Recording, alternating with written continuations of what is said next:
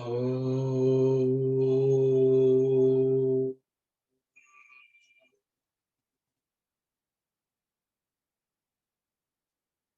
Oh.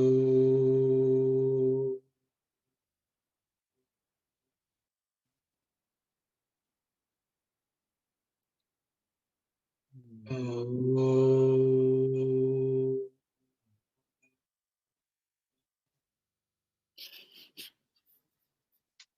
Welcome everyone. Yeah. Just to recap what we discussed last week. Last week was a session full of discussion about karma and what do we do with that, what trying to understand it. So I'll just give a short summary as I took away, and then we'll continue from today. It's okay. In this world, karma is inevitable. The karma we contribute, others contribute. Then the result of that karma is unavoidable.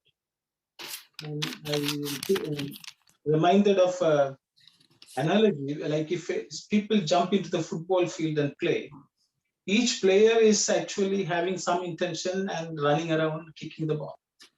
So do everyone else in the field. And we are all bound by the actions of everyone, including ours. So that's a reality, and that's the way this world is. Swami says life is a game played. So the thing is, we contribute, others contribute. And just the fact that we have gotten into the field means no escaping from anything, from a physical sense. And then Swami goes on to say, how does the Jnani deal with it? The Jnani deals with it by realizing that he is not the doer. He's not the body. And through that process, he gives up both doership and enjoyership. Both are given up by him, and he remains unaffected. And I think there was lots of information the members shared about surrender.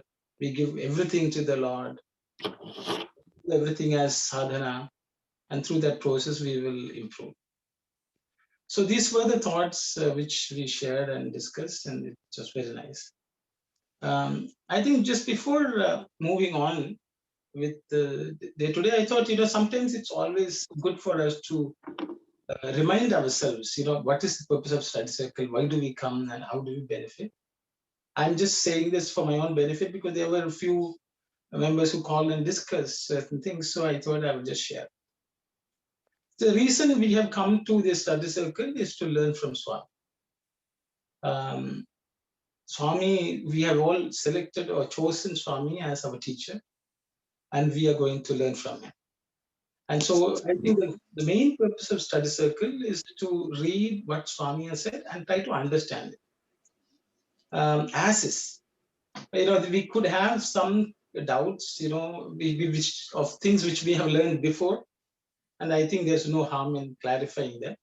But to a greatest extent possible, let's try to understand what Swami has taught. Because sometimes we may question what he says, but sometimes we have to take it, put it into practice, and see for ourselves how it can benefit. I think that's one aspect I just wanted to remind ourselves, remind myself also.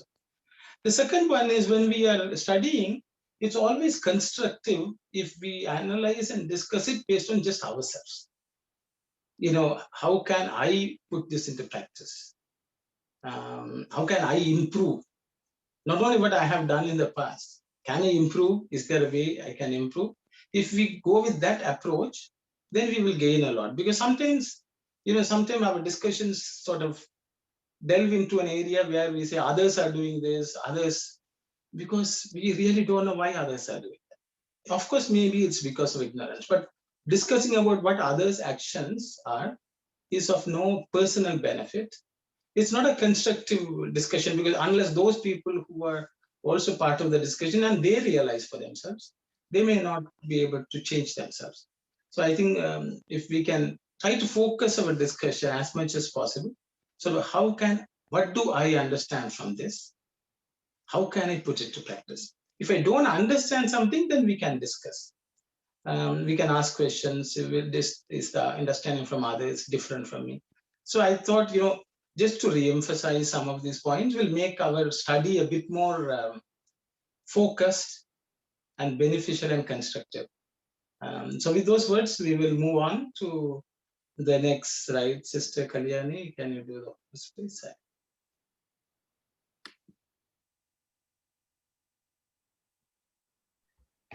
Bhakta, some say that the jnani will have only two things, the desire to attain the other world and the burden of past karma. Is that true? Swami, both the jnani and the ajnani will have desire, absence of desire for the other world, and the burden of past karma, all in equal measure. Their experiences also will be in equal measure.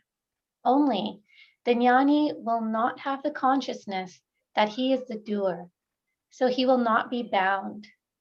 The ajnani is conscious that he is the doer, and so he gets bound. That is the distinction. I have already told you, haven't I, that the mind is the cause of bondage as well as of liberation? The mind is the cause of everything.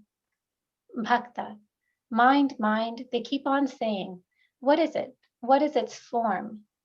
Swami, cognition, understanding is its form. If you know the basis of that knowing, there will be no bondage at all. Okay, thank you very much, sister.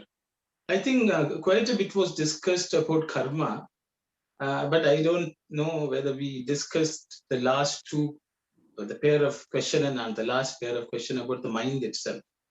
Swami is telling what is mind. I don't think we discussed that much. So I don't know. If anyone would like to discuss, we will discuss. Otherwise, we can. If everyone is clear, then we can move on. Sai. Sairam, brother. The second Swami, first Swami's response were not discussed. Actually, there's a confusion to both Jnani and Ajnani. Could you please go over it? So Swami's, I don't know. I will open it up, brother. Others can share rather than me saying, because I thought I already spoke a lot today. Now I will open it up. If anyone would like to see what Swami has talked about Jnani and Ajnani, the difference. I think we did not discuss as brothers with us, nicely pointed out. Yes, that's also something distinguishing. I will open it up for others to share what they have understood or Sairam. Sairam, sorry, go ahead. Go ahead, please.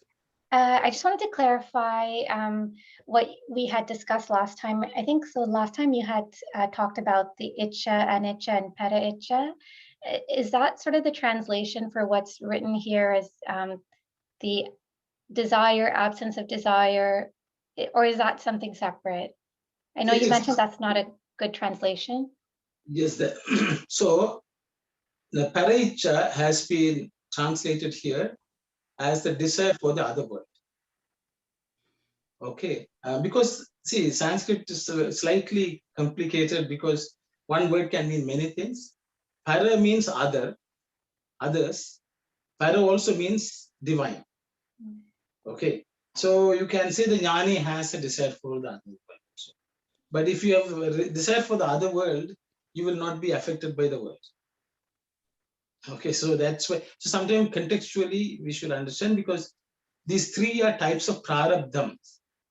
Swami has used the word. So anicca, paraicha is translated as desire for the other world, which is also a right translation for just the word. But in terms of the context, it is the desire of others. Okay. Anicca means desirelessness. No, anicca. Icha means desire, and means no. So no desire. So that's the way they have translated it, which is okay. Then icha means desire. Okay. So the burdens of part karma is the prarabdham. Okay. So for whatever reasons, that's how it has been translated. People can discuss that also, but the appropriate translation is all these three relates to prarabdha, which makes us suffer in this world. Okay, so that's why. Sorry. So paraicha is the desire for God or desire for the other world, or is it desire for the other people? So it's from the context of a prarabdham, a karma which binds us. Paraicha is, if you are deciding for the other world, it will not bind you to the world. So that is the way I have taken it, brother. Because I looked at this Telugu version. Swami has not said desire for the other world. Swami has used 3 words: paraicha, anicca, iccha. So if you look at the scriptures in general, many people have commented on it. Maybe not that many. If you read it, Shivananda has discussed this in detail in one of his writings, Swami Shivananda. So there are many, but this technical term is very uncommon among people. So the thing is, we all try to understand what we read from Swami based on our understanding. So I think the translation, it may have been overlooked. So that's my view. But if people would like to take the English as is and understand, see, Swami sometimes I feel creates these problems in this world. And we have to delve deep. We can say, oh, why the translation is incorrect. If the translation is incorrect, we would not be discussing it today. Swami, this world is also created with problems. So I think some of the discourses, translation is not very accurate. That's a reality. So that is why, in contextually, paraicha, anicca, iccha are the 3 types of iccha in this world. 3 types of prarabdha, sorry. Okay. I hope that's my understanding. So I'm just sharing. You have both the versions now, and each person can take what appeals to them. Just to clarify one more thing before we move on. So like from your example last time, paraicha refers to like our thoughts or feelings about other people that contributes to their prarabdha. Their iccha, other people's desire, intentions. So other people's desires and intentions about us contributes to our. In general, it can be about us or about the world. It's just, as I said, in a football field, the players are all kicking the ball. Each player is kicking the way they think they can. If you go in between the ball and the player, you would fall down because the player wanted to kick the ball. But then there are situations a player wants to kick the other player to injure them. That is also possible. But it is not complete. It is not completely within our control. Okay. So that is I said, because it's all related to karma. I've treated this paraicha as others' intentions. But if you take paraicha as a separate word outside this context, it can also mean desire for the world, desire for the other world, or desire for Paramatman is also that. Okay, so the Sayadaw. Just to clarify, so in the karma theory, like if I have, we say, good thoughts about somebody, those good thoughts will affect them, like it will add to their karma or in some way? See, I will just use the word paropakara. I mean, it's maybe a little digression, but because the word para has come, so I will discuss that. So, for example, paropakaram, idam shariram is a quotation which Swami uses. Paropakara means doing good to other people. Paropakara. So that is the way people think. We do social service, all that is paropakara. Swami gives another meaning for the paropakara in that context. Swami says, para means divine. Upakara means help, service. Swami says serving God is paropakara, not serving others. So, so that word Swami has given in two meanings he has given. One is serving the other people, help others. Other meaning Swami says is serve the Lord. When you serve the Lord, it becomes paropakara, Swami says. So as you can see, para can mean multiple things. It all depends on how our state of mind is. That's why even in this study circle, all of us come with our own perceptions and limitations. And we will take only what appeals to us and go. It's okay. There's nothing wrong. Nothing is right, nothing wrong. But the only thing which I did was I looked at the Telugu also and described it, so that so everyone can take away what it's like a potluck. All of us come and share, serve. Whatever people want to eat, they can pick up and go. Everything is fine. Okay, so that is the way I think we should take it. So don't think one meaning is there for what. As depending on our stage of evolution or wherever we are, different words will mean different things, and all of them are appropriate and correct for that stage. Okay, that's what I wanted to say. Again, we'll go back to brother. I think somebody else wanted to ask something, to say something about, I think, Jnani and Ajnani. Yes, I don't. That Jnani is not claiming that doership. No, but Ajnani is claiming that doership, that I am doing that. This is the difference between the Jnani and the Ajnani. That you said that the Prabhupada is nicely explained that. I can something like that. That Prabhupada that saying that we are doing that service. No, that when we are doing service for others, always. That Swami says that you are doing the service to other people, that you are doing the service to God, no? That the Paramin God, that when we are doing the selfless services, the Parabhagara, that goes to that. And we are not expecting nothing, that no expectation that we see the God and everybody, then we have to do the service, that goes to the Prabhupada. Thank you. That's that. I can say that. Sairam, brother. Anyone else would like to comment on the Jnani, Ajnani, or the mind? Sorry, I just have another question about Katritva and Bhaktritva. I'm still trying to understand it. So I know we discussed before that the enlightened person, they will still have the feeling of aham, except it will be identifying with the chit. So that aham comes, I guess with the Vijnanamaya Kosha, that's when it first arises, I guess. So then where does Katritva and Bhaktritva come? Does it come after does it come from the feeling of I?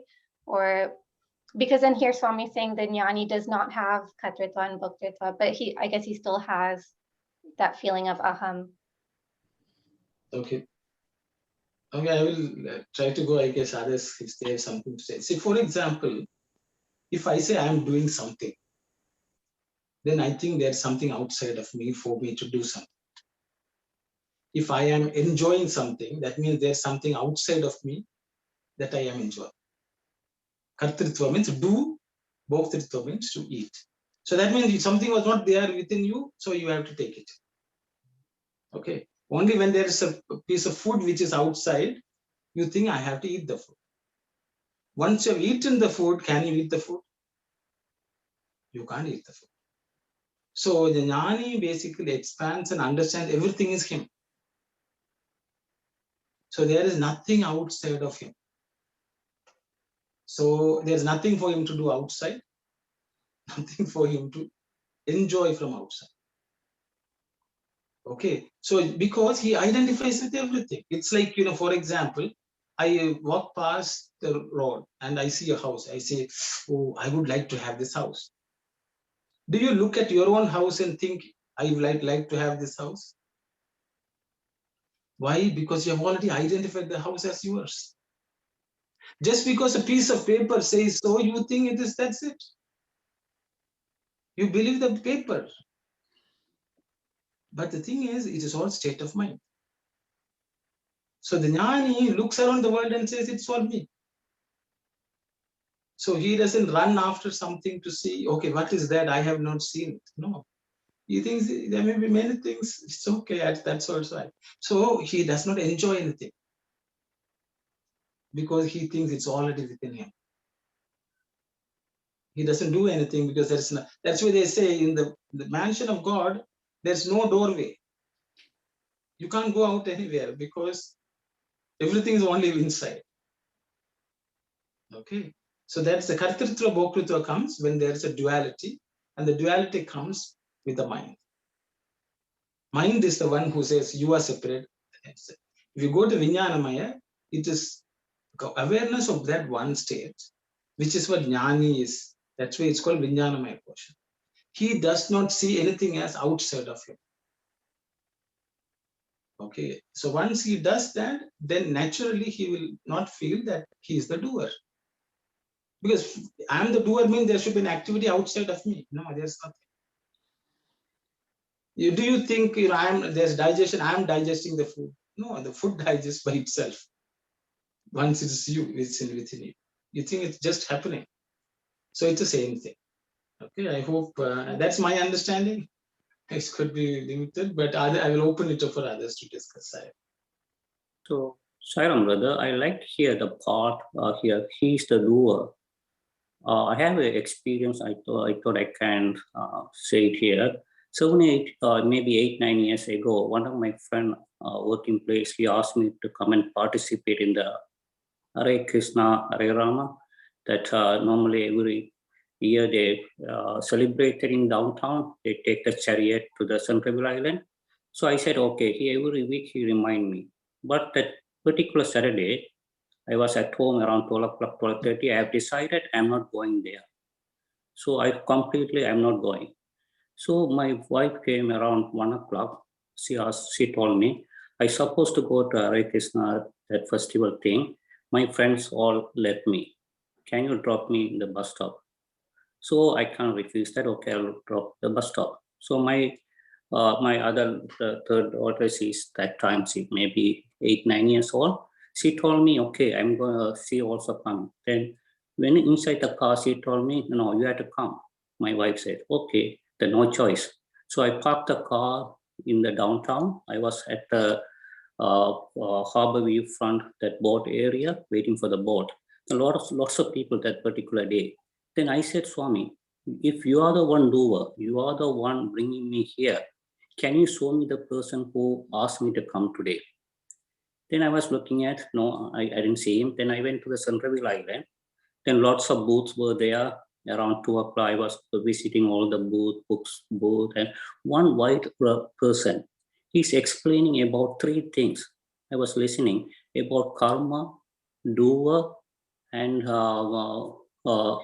yeah. Then he said, karma, the people think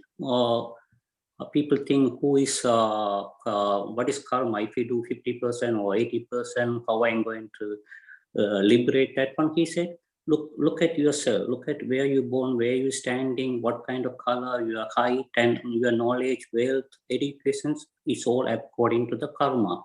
So he said the power, and he explained about the name and the form. He said, I am here, I just say only God's name only one word, Rama, Rama, Rama. He's taking care of me, food, shelter, everything. I'm very happy. So I don't need to do anything in my life. So I'm so happy. Now look at the word I'm saying, Rama, very sweet.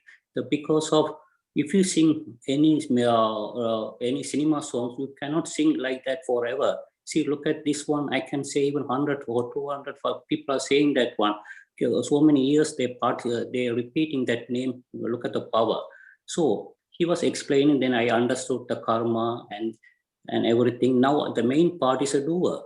So now I'm asking, okay, you are the one, Swami. Then now I understood. You are the one brought me here. I don't want to come here. You are the one brought me, and you gave me a good lesson about the karma and everything. Now the last part is a doer.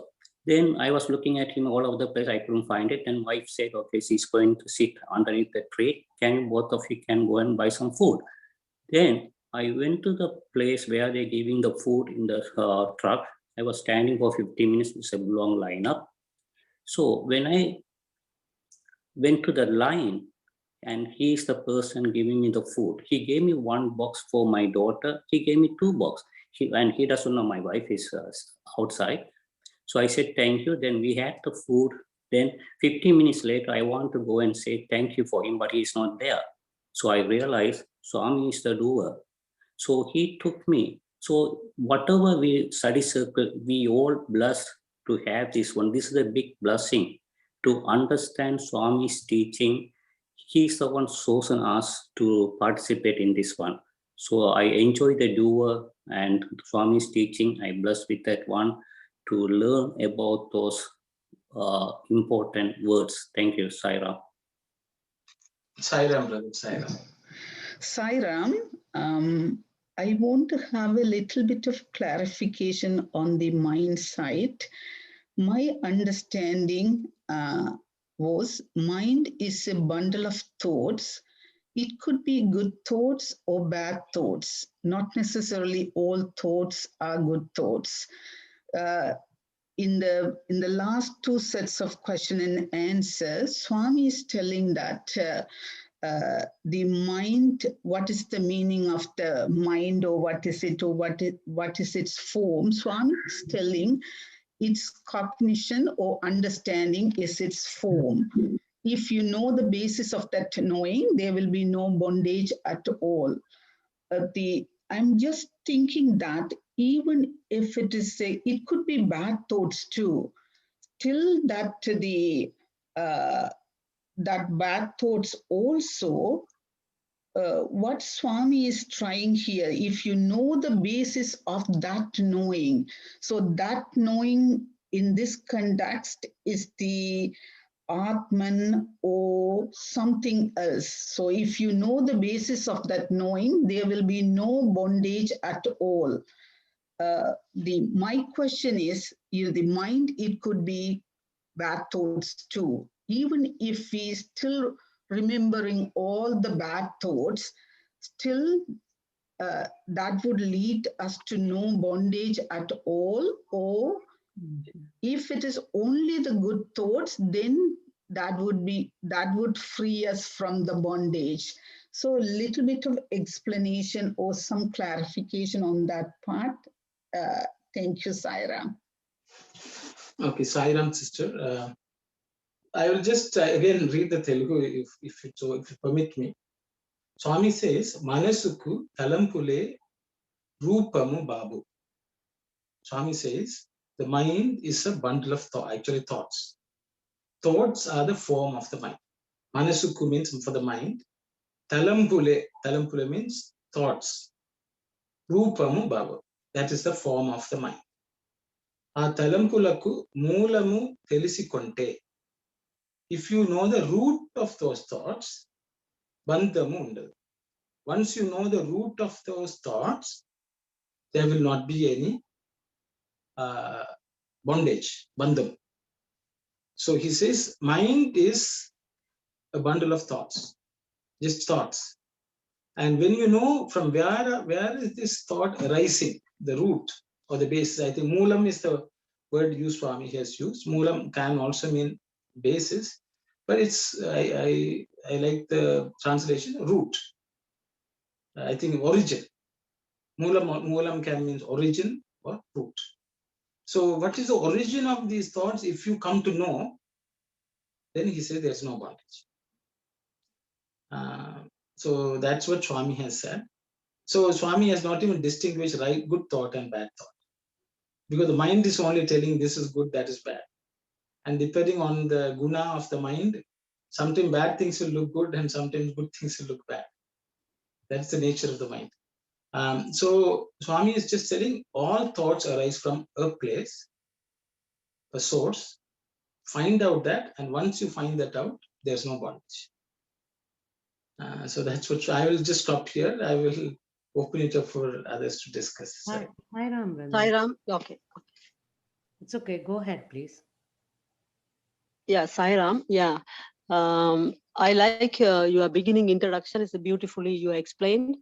And also that same world, Dharma sees different and Duryodhana see difference.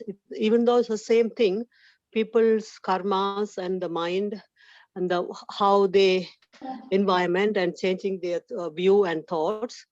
And also in the thing, always, whatever our karma also, our thoughts also deciding what we thinking. Even though I speak now, my mind was saying something. When I express in English, my language's origin is Tamil. No? When I explain, people may understand wrongly. My intention to say is something good, but all are here from Swami's teaching, and we learned Swami's teaching for years and years. But But we are all with Swami's teaching. That's what we are here in the group. But still, when we explain something, when we say something in different language, foreign language, people may understand differently too. That is also one of my view here. Sairam. Thank you. Sairam, Sister Sairam. Sister Aruna? Okay, Sairam, brother. I didn't understand when you identify the origin, then you can come out of the bondage. That part you are saying that I didn't understand, brother. What you're Okay, trying to say on so that? I will open it up for others to share first, please, Sairam. Sairam, brother, there are only few lines below that. Yes. Directly connected to this. So, Okay, so okay, we can read this. yeah. Okay, And we can read those as well and discuss. Okay, thank you, brother. Bhakta, what is the basis? Swami, the basis is what you refer to as I. Seeking for that I, if you are in that I state, however many understandings come or do not come, you will remain unaffected. Bhakta, right. That is very good, Swami. Please make all this soak into our brains so that we may realize the purpose of our lives. I shall take leave, Swami. Swami, do so. Depart gladly and return later. Take my blessings with you. Thank you very much, sister. I think some partially, Swami has answered the question also, I guess, but I will open it up for discussion. There's nothing for me to add. Sairam. Sairam, brother, my understanding is everyone knows that we studied many times, I conscious. If we know that we are the Atma, we are the Paramatma, the I conscious, Satchit Anand, then that Ananda, you cannot get it outside any worldly thing. So if we have that kind of awareness, and that awareness supposed to be there within you all the time, then you are not trapped into the worldly thing. That is my understanding. Thank you. Thank you very much. Sairam, this is Saku Auntie. Yes, Auntie. As Dasan says, the I-ness, if you recognize yourself with Atma, that is one way you can avoid experiencing karma. Another one is when the thoughts come, you have the power to think whether this is a good thought or a bad thought. And if it's a bad thought, you put an end to it without putting into action. That way you can avoid the present karma to accumulate. Thank you, Saira. Thank you very much. Sairam, my understanding to what Brother Aruna said, just to understand what is a deep cause of the origin of my thoughts is, and I think this year my spiritual sadhana is to think much more positive. So what I do is, and what I have learned from Swami's teaching is, deep down when I'm judging or interpreting things, I understand, is it my fear? Is it my jealousy? Is it where it's coming from? Because everything is beautiful, as we have learned. The Creator has created this. Everybody is His spark or divine. So what is in me that which made me see things differently and not the way Bhagawan wants me to see? So identifying my emotions, that's where it takes me to the root cause of those judgments, those interpretation, and that helps me to work on those. That's my interpretation. Thank you very much. Anyone else would like to share any thoughts, please? I guess Swami is kind of telling us that this feeling of I that we all have is kind of like a clue to who we really are. Like, even though right now we're identifying the I with, or we're misidentifying the I with something that we're not truly, we truly are not. Maybe if we focus on the I part and try to discover who that I is, then we'll come to that true understanding. And I guess if we look at, I guess what's below the mind or deeper than the mind, I guess if you look at it in terms of the koshas, it's below the Manomaya Kosha, it's the Vijnanamaya Kosha. So maybe that's what Swami is saying. Yeah. Thank you very much, sister. Thank you. Anyone else would like to comment on this?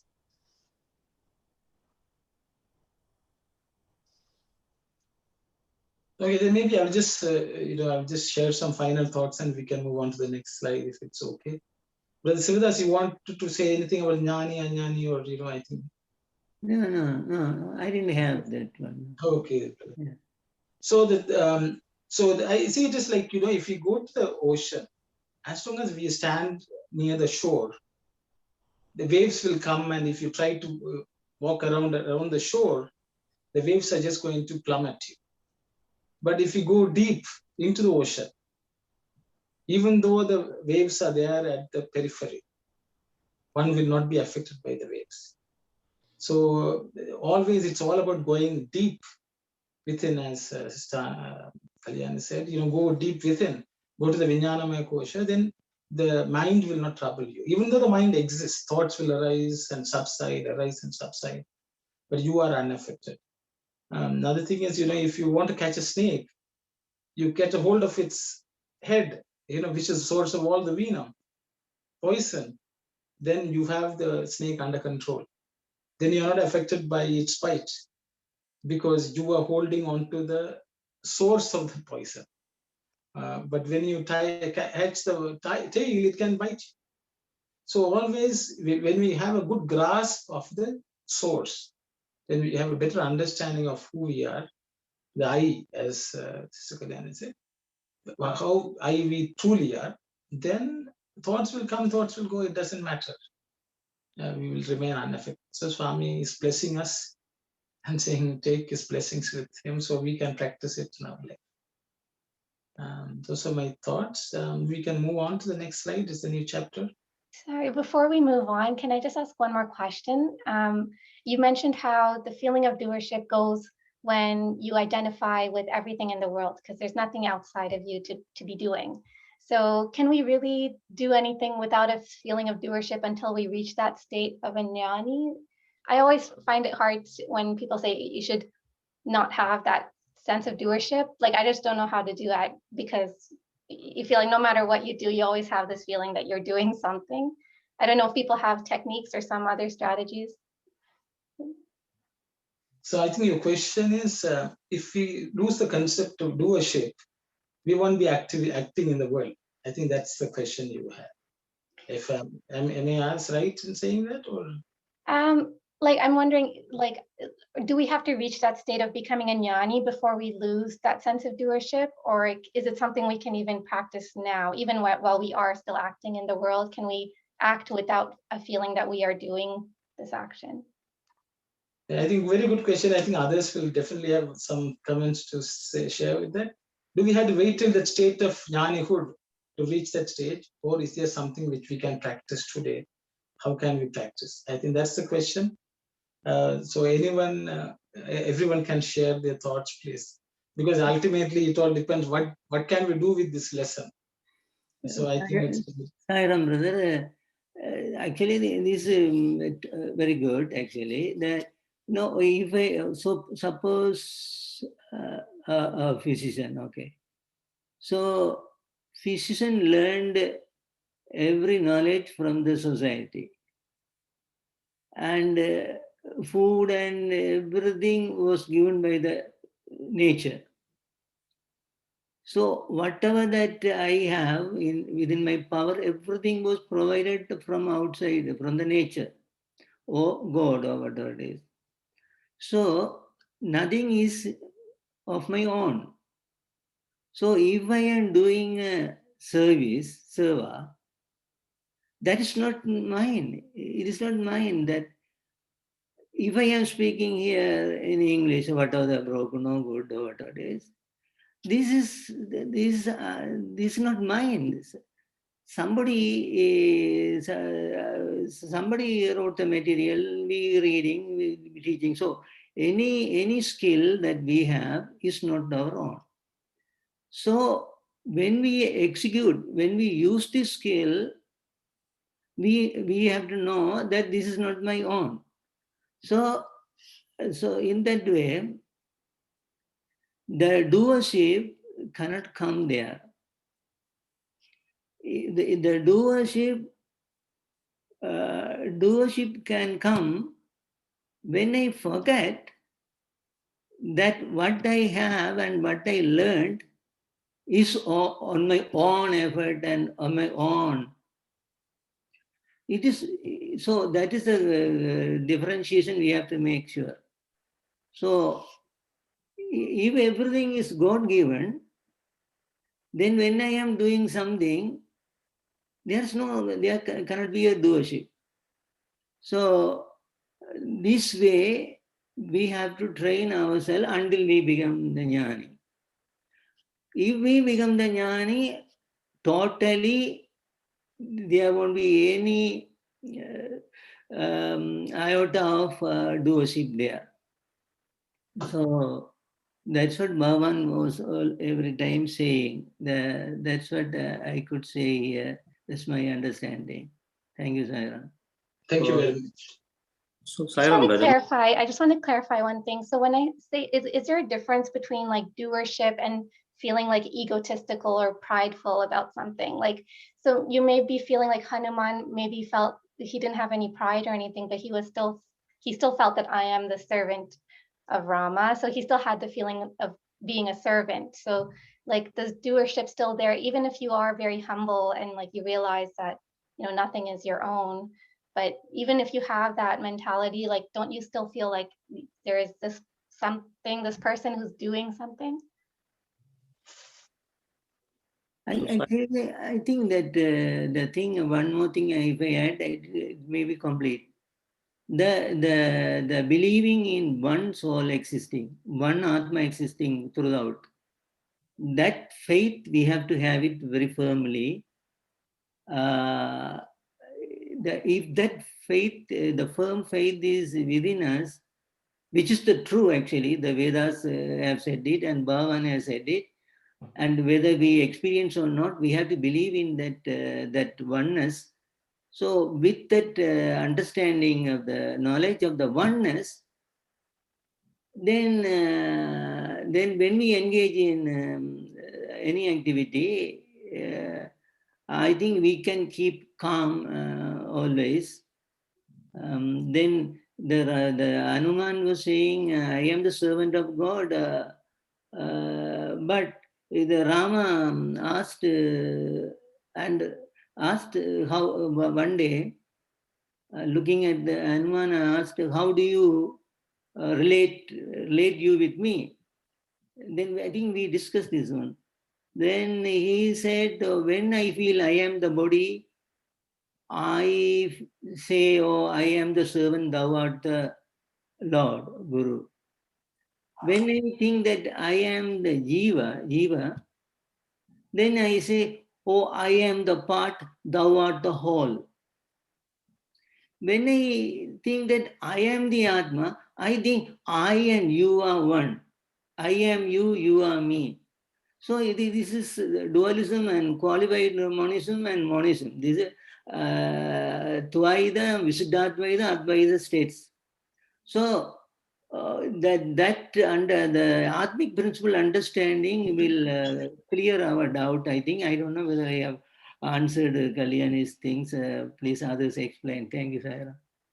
Yeah, I think what Shivadas has said, with that clear understanding and the faith, and then until those things come experientially, we have to be all the time as humble as possible. That's why the humbleness, Vinayam, I think in Sanskrit, is stressed so much in the spiritual sadhana. So with what Sivadas explained, with that understanding and faith, we have to be all the time as humble as possible. That's the key, I guess. That's true, yeah. So Sairam brother, the Swami explaining very nicely simple thing, comparing the knife. When the knife is cutting the vegetables, knife never think about I'm cutting the vegetables.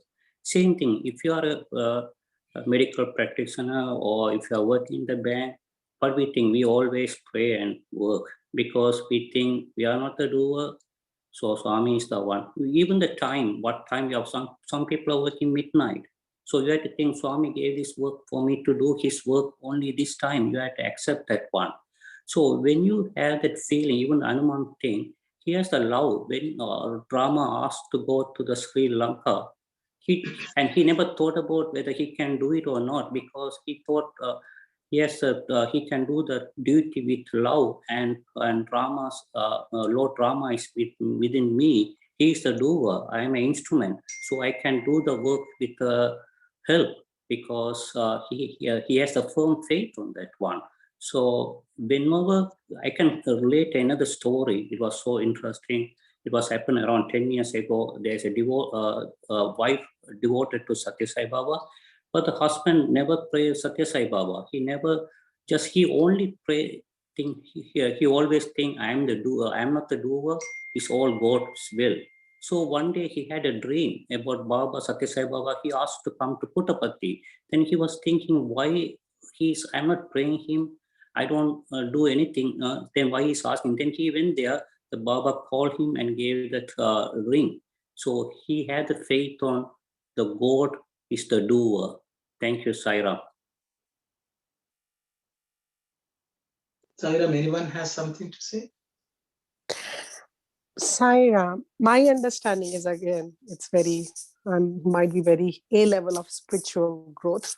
So how I see doership and what I interpret Sister Kalyani's question is, of course, we are human being. When you're doing it, what I understand, there's a sense of you're doing it as a human being. How to differentiate. So my understanding is as far as we are not attached to the result, then there's no doership sense comes. Of course, I'm doing an act. With Swami's grace, last 4-5 months, it happened that I have been in an act of helping extended family. And it also happened, Swami tested me, the same person who I helped has turned around and, not being as pleasant. But the minute if I think I help you, you should be nice to me. That's a sense of doership. So I help you because Swami gave me the opportunity, good or bad, in result, whatever I get, I have nothing to do. I should not expect anything. That's how I see doership, and that's a little bit understanding. Thank you very much, sister. Sairam, Sister Kalyani, you a very good question, very practical question. And this question has been answered in detail in the Gita, Bhagavad Gita and Swami's Gita Vahana. So I think just for the benefit, otherwise it will be a completely different study, but there are 5 steps which have been identified by Krishna. So if you read chapter 12, it's called Bhakti Yoga, Krishna goes on to say, gives 5 steps. The top one he says is jnana. If you cannot attain that, if you're not there yet, he says you practice dhyana. Dhyana is the second step. If you cannot even do dhyana, then Swami says abhyasa. Abhyasa means practice. To do that dhyana, you practice. If that is also not possible, he says do everything as my action. If that is also not possible, offer the fruits of your actions to me. So these are 5 stages nicely prescribed by Krishna, and Swami has repeated it. So we should know in which state we are. So if we have desires and we are enjoying, at least offer that to God. Even before eating, offer it to God and then eat. That's why we do food prayer. So offer it. So whatever, even if you want to enjoy it, offer it first and then enjoy. So that's the basic step. From that, you have to slowly proceed. I am doing this for the Lord. I'm doing His work. He has allowed me to do. So that's the second stage. When that is done, then if you are above that, then you should go to practicing dhyana, meditation, thinking of the Lord, seeing Him everywhere. When that is done, then he says you come to the stage of dhyana. You are completely immersed in the thought of God. then you go into the state of jnana, where you completely identify. So these are 5 steps described in the Bhagavad Gita, chapter 12. So I thought I would just mention that, because that is the path. So each of us have to decide where we are and then accordingly practice it. I hope that answers your question as to what we can do today. We know what the goal is. How do we get there and what are the steps to get there? So, okay, Sahiram. Thank you very much, brother. It's very good. And Bhagawan was speaking about this, and I used to look for it where we see it Abhyasa, Dhyana, and Jnana. So I couldn't find out where it is. Now I know that you are saying chapter 12. Yeah, chapter 12, Bhakti Yoga. You know, there are very series of steps, and then there is a verse which ends with Shreyo hi jnana abhyasa, jnana dhyanam visishyade, jnana karma palityaga, like that it is there. Yeah, that's Okay. very good. Very good. Yeah. Then We can take it wherever we are. Yeah. Yeah, okay, Saira. Yeah. Okay. Sairam, brother, I just want to add to that 5 stages. Then you can see, as Sister Shivani mentioned, it's like you are giving up your attachment little by little and growing there. Okay.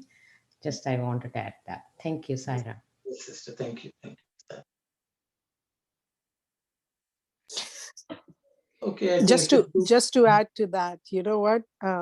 Swami doesn't leave you like that. Once we start feeling I am offering to him and I am doing it for him, right away he will test you whether you're doing or you're just saying for the sake of saying. Just to add, that's how naughty he is.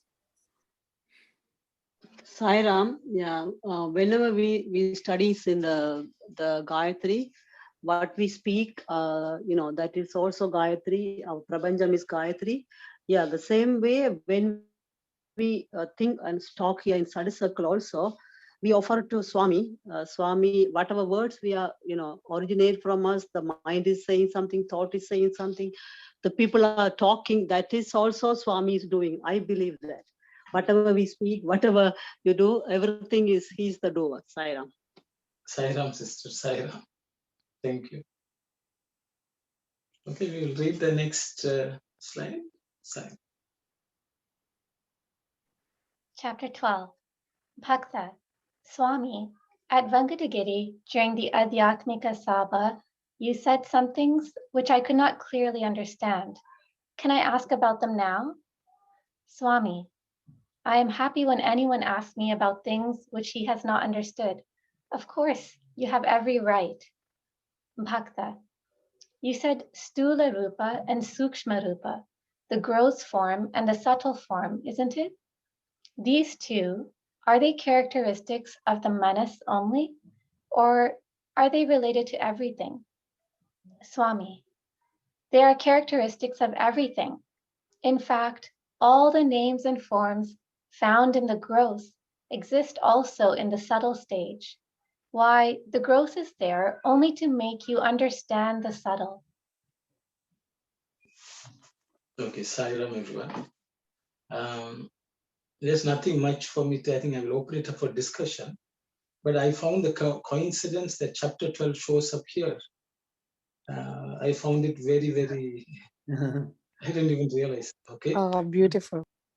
Yeah, so I will open it up for discussion. Swami is introducing the concept of Sukshma, subtle, and the Sthula, which is a gross. And he says the gross exists to demonstrate the subtle.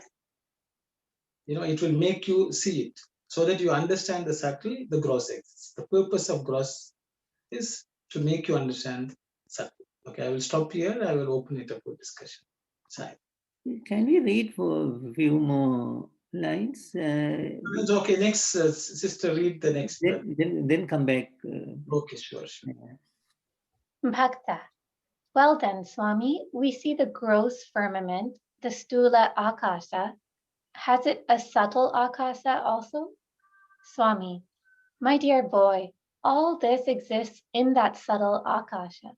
The subtle Akasha is as imperceptible and as all-pervading as the gross Akasha. Bhakta, what is its name, Swami? Swami, It is known as the Sukshma Hridayakasha, the subtle firmament of the heart. Bhakta, how can that be all-pervading? Swami, nothing else possesses the extent, the area, the breadth that this Hridayaksha has. See how many scenes, how many feelings, how many conjectures are immersed and embedded in it.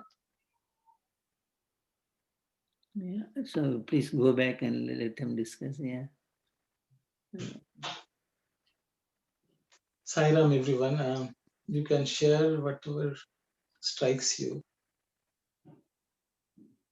Sorry, this might not be relevant, but what is the Adhyatmika Sabha? So in Venkatekari, okay, so this is just history of, Swami used to, in the late 50s, Swami used to go to Venkatagiri. The Maharaja of Venkatagiri used to invite Swami.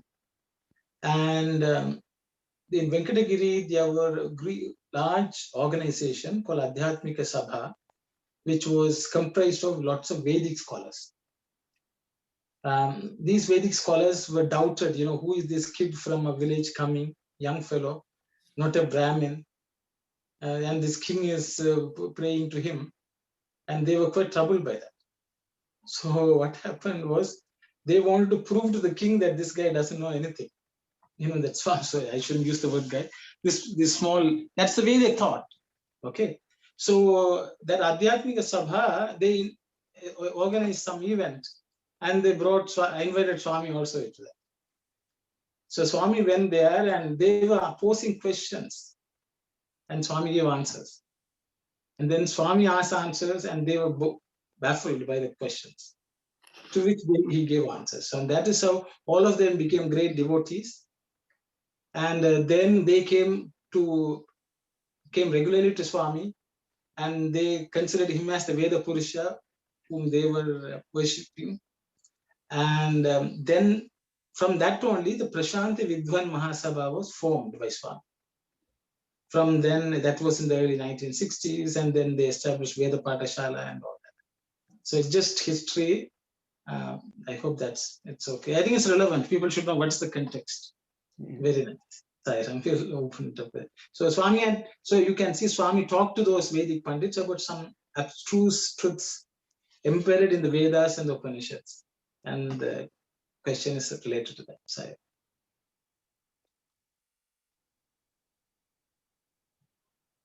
And question about the stula, is this like the gross body and the subtle body? Stula, Rupa, and the, so the Bhakta is asking, are these characteristics of the manas? But I would have thought that the stula sharira, I guess, or isn't that the body? Why is he asking that it's a characteristic of the manas? So I think Swami would have spoken about the Sthula Manas and the Sukshma Manas. Okay. So everyone understands the gross body because we think the mind is the Sukshma, subtle form of the body. It is subtler than the body, but that also has a subtle form. Okay, so that is what Swami says. So in this world, everything is subtle. There's something subtler than that. Okay. So I think that's my understanding. So I think it's related to some of the topics which Swami discussed there.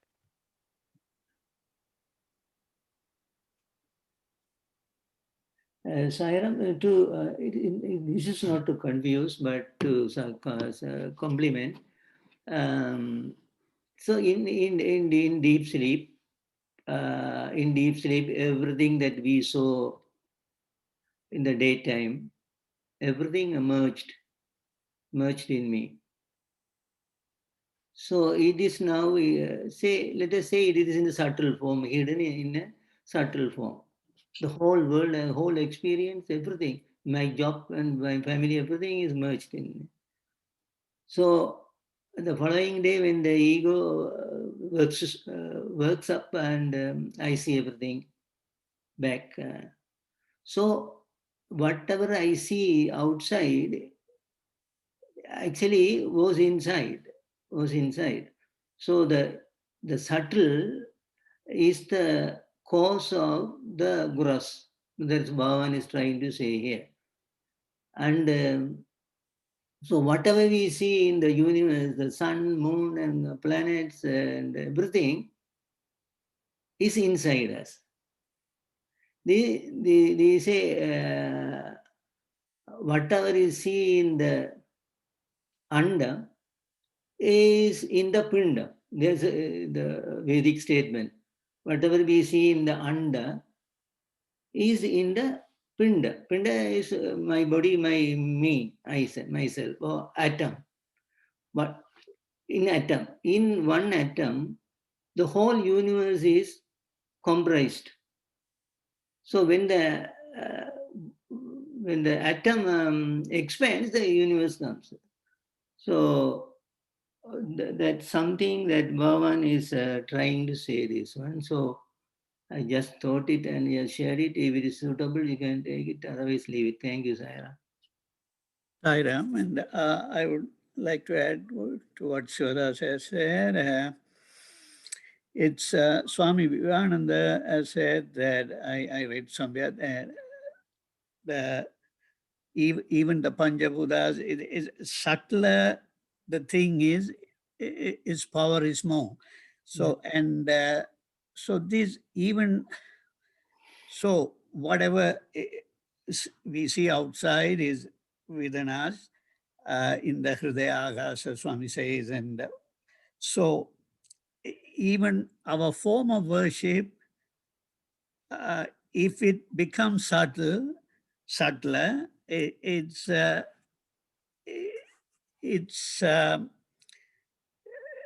I think it helps us our spiritual progress much better. So, for example, to go to temples or that's a starting point, and then we have to eventually, as we progress, we don't feel the need for it. We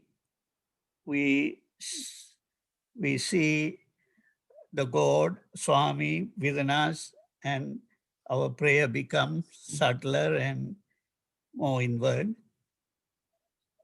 That sort of thing. I just thought of telling that makes good. Yeah, thank you, brother. Thank you. Anyone else?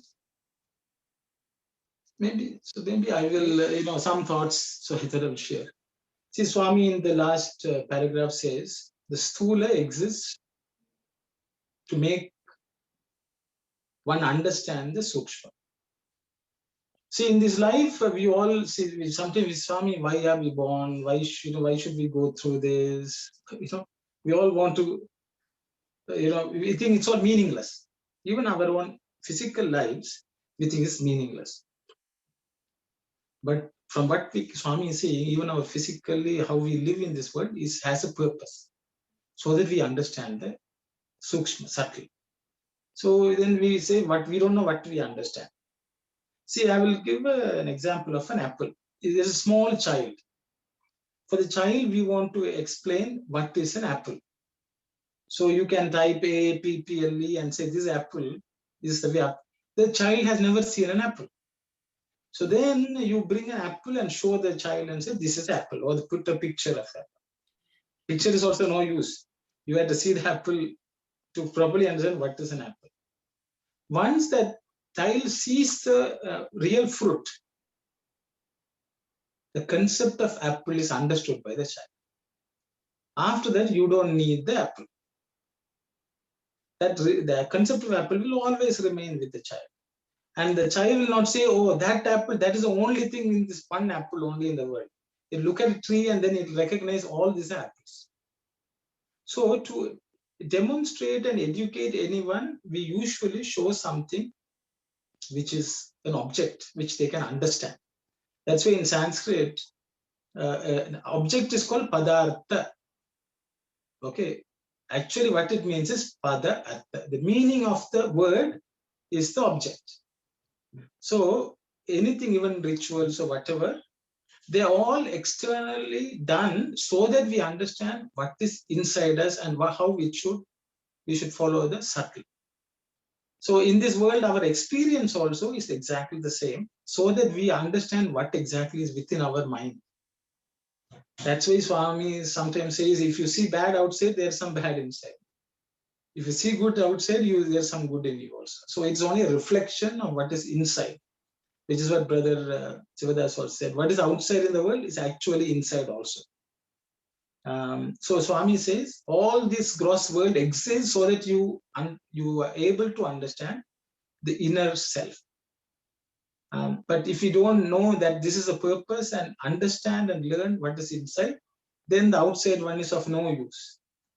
Which is what is meant. The inner understanding is much more important than the external manifestation of it. So that's what I understand. So I thought I would just share that. Yes. Brother, is that the way we can put it? Our body also given for us to understand ourselves? Yes. Yeah. Okay, thank you, Sarah. That's my understanding. Yeah. So for a jnani, of course, he's in nirvikalpa samadhi state. For him, nothing gross is seen to. Nothing, he not seeing anything gross. So he is according to scriptures and Baba, he is enjoying, he is Brahman and he sees only Brahman. And there's no sun or moon or anything. So our spiritual practice is to merge everything in us and see our the substratum of this universe. The substratum of this universe is me. So the jnani sees that one. And so, yeah, thank you, Sairam. Okay. Sairam, brother. We go to the next slide, sister. Again. So as we can see, Swami says, everything in this world has something subtle. He says the external, the akasha, the space, has an inner subtle akasha, which Swami says is the hridaya akasha. Swami has touched some of this in the earlier chapters also. So he says in the hridaya akasha, everything is contained. The entire world is contained in that hridaya akasha. All this, whatever happens outside, actually is perceived as by inside. Even if we say there's a tree, the picture of the tree is actually understood by us only because of our hridaya akasha or the mind. Without that, we cannot even understand what is a tree. So only because it is present within us, we can understand. And that's what I understand. So I will open it up for any comments or discussions. So sorry, is Hridaya Akasha the mind? I will open it up. Yeah. Sairam, it looks like that. But Hridaya Akasha is more than the mind actually, because the feeling aspect also in the Hridaya Akasha. So it is you can take it that way too, but because feeling also in the Hridaya Akasha, in the mind you don't have the feeling now. So the devotion or whatever it is. So Sukma Hridaya Akasha. And also we can see in the above, I say, my dear boy, all this exists in that subtle akasa. The subtle akasa is as imperceptible and as all pervading as the gross akasa. So the impossible, so we cannot, through the senses we cannot understand the subtle akasa. But, and also Bhagawan saying, pervading as the gross akasa. We look at the universe, the Milky Ways and suns and stars and planets and meteorites and everything. So it is gross akasa or gross So we call it in Sanskrit also the Stula Pravanja. Stula Pravanja. But what is the basis of that Stula Pravanja, the gross agasa? What's the basis? Basis is the Sukma Pravanja, the subtle universe. Subtle universe is the basis or base of the gross universe. So that's why Bhagavan is saying the subtle agasa is as imperceptible and as all pervading as the gross agasa. So gross agasa also is pervading everywhere, but underneath or the subtle agasa is the basis. So from Hridaya agasa, everything merges in the Hridaya agasa finally. When we go to our real self or the liberation state. Thank you, Sayana. Sayana, I think I would like to, in the same line, what Shivadas has been telling, I think that Hridaya, the word Hridayam itself means Atma, and so it's the source of all. So when Swami says Hridaya Akasha, it's much, much more than, as Shivadas said, or much deeper and more than mind. So the mind may be the subtler than the gross, and when you go inward, in between or something like you can say. So there are, as Brother Shiva said, I guess it's much deeper and more the fundamental basis. Side. Thank you very much, brother. Thank you very much. So I will remind, and maybe it's, I don't know whether people remember the previous chapters. As Brother Sivadas and Vimaladesan have said, Hridaya Akasha is nothing but the Atma. That is the subtlest of anything in this created world, which is the closest to Atma. I don't know whether you remember, there was a process called Chidabhasa. Yeah. Chid becomes, Chidakasha becomes through Abhasa, Chittakasha. Chittakasha through Abhasa becomes Bhutakasha. So the thing is, it's the same thing which becomes grosser and seems something else. So Mano Akasha is grosser than the Hridaya Akasha because Hridaya is the Atman itself, the subtlest. It contains everything. That's why Swami has gone straight to Hridaya Akasha. But through a process of Abhasa, it seems as something else, which is mind, which is the Mano Akasha. So it is and it is not. It is in the sense, it is Hridaya Akasha seems like the Mano Akasha, but Hridaya Akasha is much more and much deeper and much subtler, as brothers have explained. So that's my understanding also. Saira. And that contains everything. Yeah, thank you. But to make it a bit more clear that when we are here, but we can still picture the London scenery that we went to 1 year or 2 years ago, or back at home or wherever that. So how could that we see that the road name and the road and everything in London? So even in the sky, everything. So it means, so that's what Baba is saying here, the conjectures, how many conjectures I must. So that's why Kalyani was thinking this, whether it is mind. So as brother said, Atma, Hridaya is a synonym for Atma in other places. Even Baba has explained it. So brother said more appropriately, it's a Atma level. But in the Atma level, we can be anywhere. For a Jnani, he is in Canada, but he can understand what is happening in Sri Lanka. So his Akasa, his Hridaya is so expansive and he could understand whatever happened there. So something like that. Thank you, Sairam. Sairam, brother. Thank you. Sairam, I think these things which are very, very useful and important clue to the way we our sadhana, worship.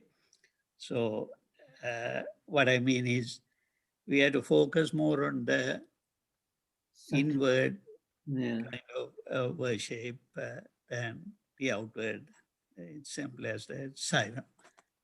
Yeah, even the Gayatri explanation Bhavan is saying in the YouTube, you can see that when he said Bhur, Bhuva, Swaha, all are inside you, Bhavan say. In the YouTube, you can see Gayatri. You can see he clearly saying this materialization and materialization, radiation, and what is it called? Vibration. So materialization, vibration, radiation, these are all found in you, within you. So the Gayatri Mantra at last is not, is within us. So as Brother Vivekan said, that we have to go inside, delve into inside us to get that real meditation status. So yeah, thank you, Sairam. Sairam.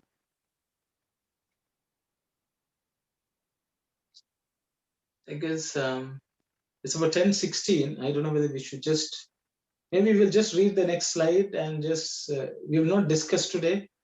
Everyone can take home and contemplate on it.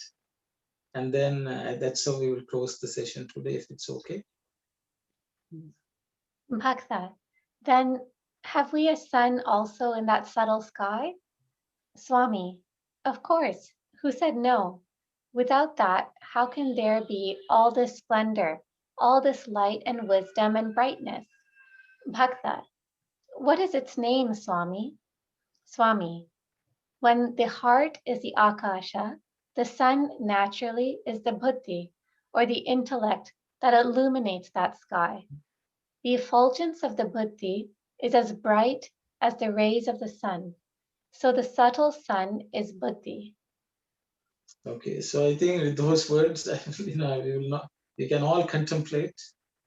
Because all of us have that Buddhi within us, so it should brighten and give us understanding. So with those words, we close today's study circle with Samasta Lokayam Sairam. Om Samasta Loka Sukhino Bhavantu. Samasta Loka Sukhino Bhavantu. Samasta Loka Sukhino Bhavantu. Om Shanti Shanti Shanti. Sairam, everyone. Sairam. Sairam. Sairam. Sai Ram.